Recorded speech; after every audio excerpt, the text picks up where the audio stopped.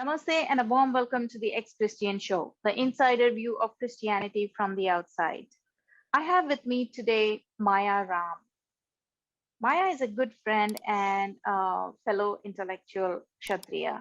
And Maya is also, which is going to be her identification for this particular video, she's also an ex-Adventist, that is, a former Seventh-day Adventist. Welcome to the Ex-Christian Show, Maya. Nice to have you. Namaste, Esther J. Thank you for having me on your show. I have been waiting for this moment for a very long time. Yeah, a lot of my viewers, on below every video, I get this recommendation to get you on the show, and it happened finally. It has So I'm happened glad you're finally. here. And I'm Yes. humbled that you call me a fellow intellectual Kshatriya. I'm just another Sadak, just going through, just on my own journey. And yes, I definitely have a lot to say, certainly.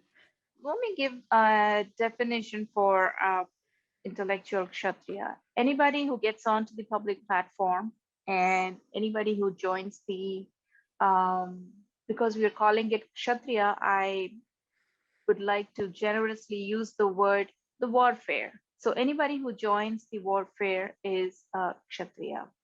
And since we're doing it on an intellectual platform, trying to bring in the academics into this warfare, it becomes an intellectual warfare.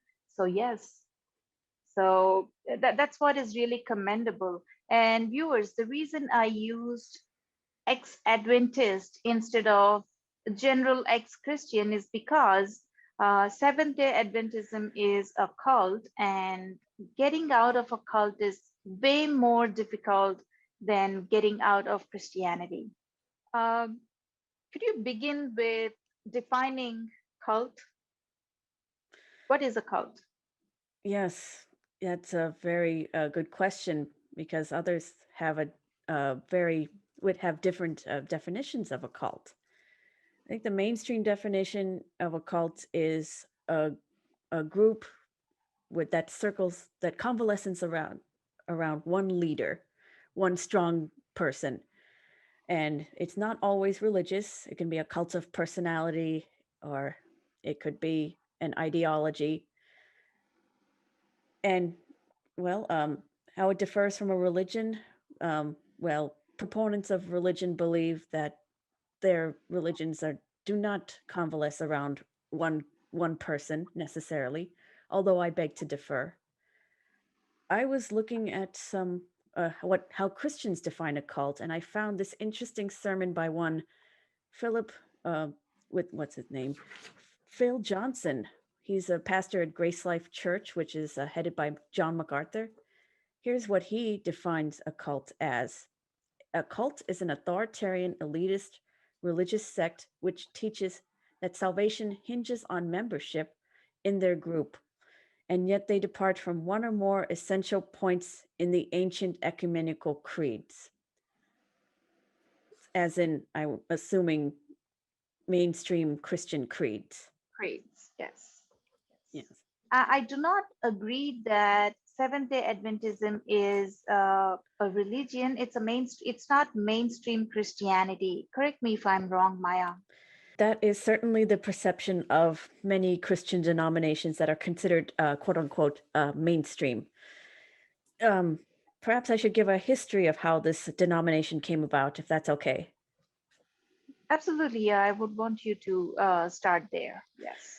So, the Seventh-day Adventist denomination came about first as an offshoot of a movement that had happened years earlier called the Millerites. So, this American named William Miller held that the world was going to end in 1844 and that Jesus would come at that time on one certain day in 1844.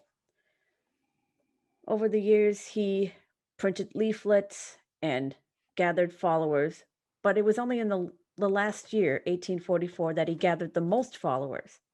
I suppose he convinced many with this sense of urgency. In fact, many of his followers sold their properties, sold their houses, forewent marriage, or having children, and they waited for Jesus to come.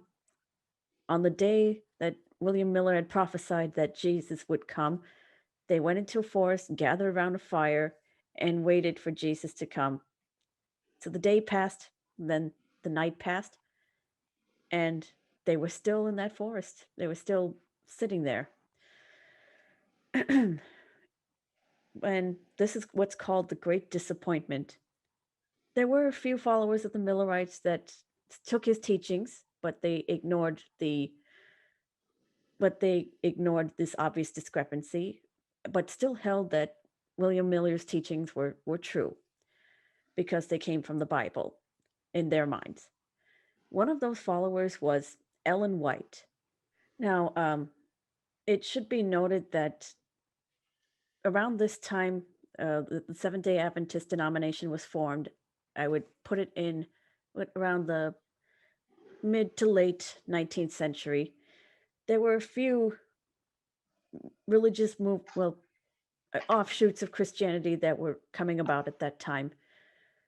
There were the Mormons, there were the Christian Scientists, and Jehovah's Witnesses. Phil Johnson made the observation that they were all within a 250-mile radius of each other.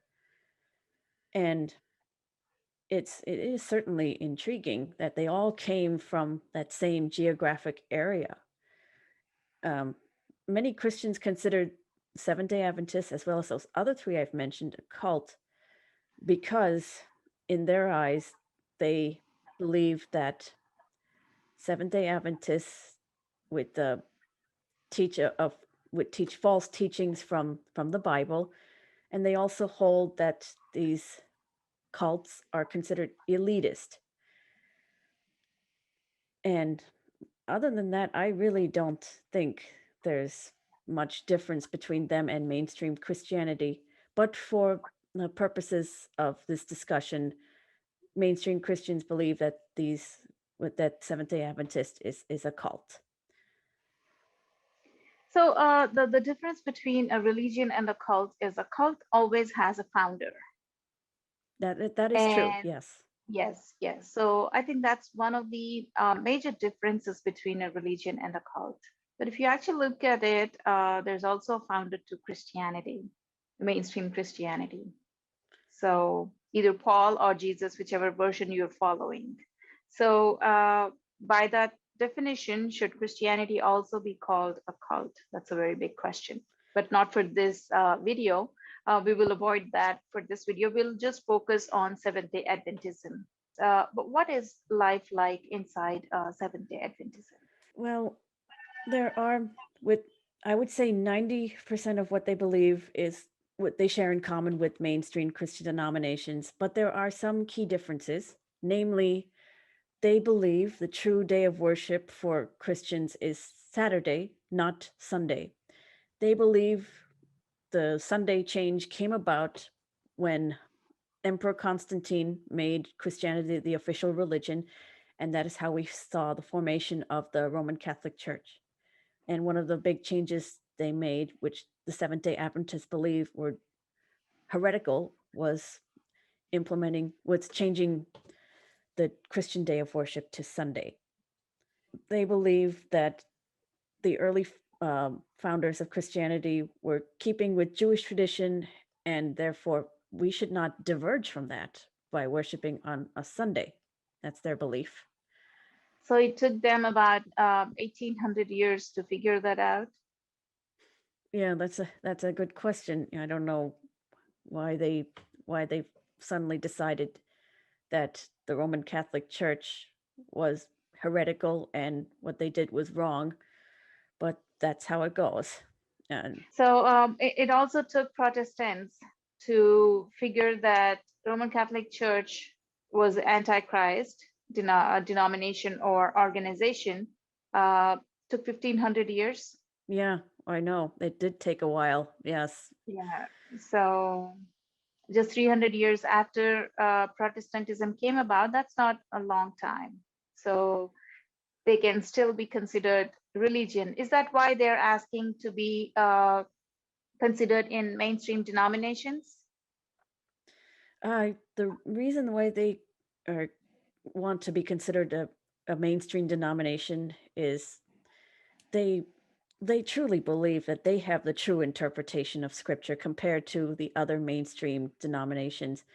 They also believe that most of the Protestant denominations that came about after Martin Luther first broke away, they believe they're now heretical and are now proxies of the Vatican. In recent years, we have seen overtures from the Catholic Church to Protestant denominations in the name of religious harmony or unity. And the Seventh day Adventists are very, very suspicious of that. In fact, I would say they're the only denomination that is highly suspicious of the Catholic Church. Okay. So you were talking about life inside Seventh-day Adventism. So I would like to ask one question on that. Sure. Um, so growing up as a Seventh-day Adventist, I know your mother was a Seventh-day Adventist, and she took you and your brother to church. So were there too many do's and don'ts? There are quite a few. During church service, for example, women are to wear long dresses and not even with no jewelry, not even small earrings. So the earrings that I'm wearing right now, the Mangalsutra you're wearing right now, that would not be allowed. And also, so the Seventh-day Adventists are the only Christian denomination that tout a vegetarian diet. To their credit, I would say. So they do not eat any meat. I'll tell you Hmm. why. Because they believe that previously the inhabitants of the earth, humans, were living until up to age 900. I'm sure you can recall stories from the Bible of Methuselah, for example, who lived to be more than 900 years old. And they believe that once humans started eating meat, then our lifespan considerably shortened to what it is now, between 70 and 80 years of age in most parts of the world. So that's because humans turn meat eaters. Yes, that's what Seventh-day Adventists believe. This is an interesting point because the friends, Seventh-day Adventist friends that I know were meat eaters. Yeah, So I very didn't interesting. know this was, yeah, it's very interesting. The Indian Seventh-day Adventists are meat eaters, for all I know. Hmm, very interesting. Well, it certainly was true. Most Seventh-day Adventists I know in the US are vegetarian. As Ellen White gained more and more influence, it certainly became a part of it. I mean, it's an interesting fact. You know, the founders of the company Kellogg's that makes the cereals, Mhm. they were very much influenced by Ellen White, Okay. and Okay. they marketed health foods, especially those that conform to what Ellen White was teaching. Okay, that makes sense. So Ellen White may be a vegetarian and she made all the Seventh-day Adventists vegetarian. That's interesting.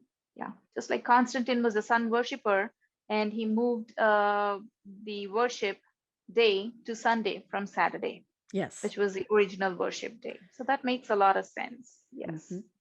Hmm. So what were the other don'ts? Um, Seventh-day Adventists are encouraged to keep the Sabbath strictly, and this will vary by church and by family.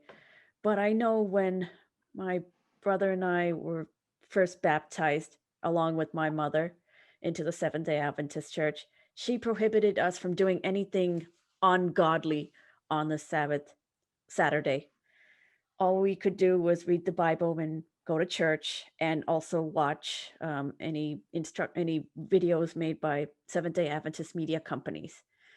Um, and they have a lot of videos, especially about prophecy, which I can get to that in a little bit. Other do's and don'ts. Seventh-day Adventists are discouraged from marrying people from other denominations unless the Oh, other person has the intention of getting baptized as a Seventh-day Adventist. There is the verse, I believe it's from Corinthians, being unequally yoked. And they believe that even being married to another Christian from another denomination, if they're not Seventh-day Adventists, then they would be unequally yoked. Hmm. So that bears similarities with many exclusive cults for sure. So, where were all these do's and don'ts recorded, documented? Did they have a different Bible, or were they following the same Bible as the mainstream Christianity?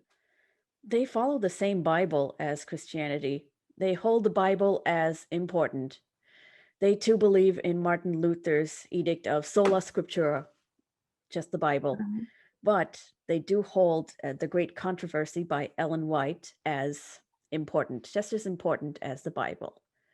It's not a third holy scripture like with the Book of Mormon. But it is important. Okay. So you said you and your brother were prohibited from doing anything ungodly. Would doing homework on a Saturday uh, be considered ungodly? Yes, yes, Okay. Okay. So it was just Bible and focus on God, on the Seventh-day Adventist God. yes. And they believe, of course, that they worship the same God as any other Christian.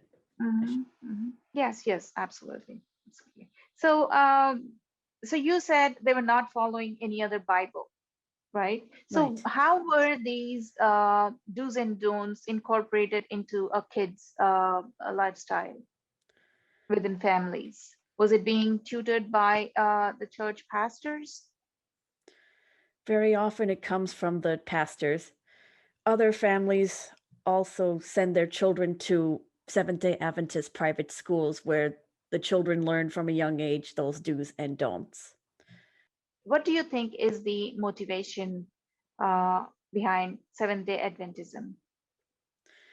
I would say the motivation, especially for Ellen White, was certainly about control and wanting to be, prominent, wanting to have a group of followers. Wealth, as far as I know, I don't think she accumulated a great deal of wealth in her lifetime compared to some other leaders like Joseph Smith.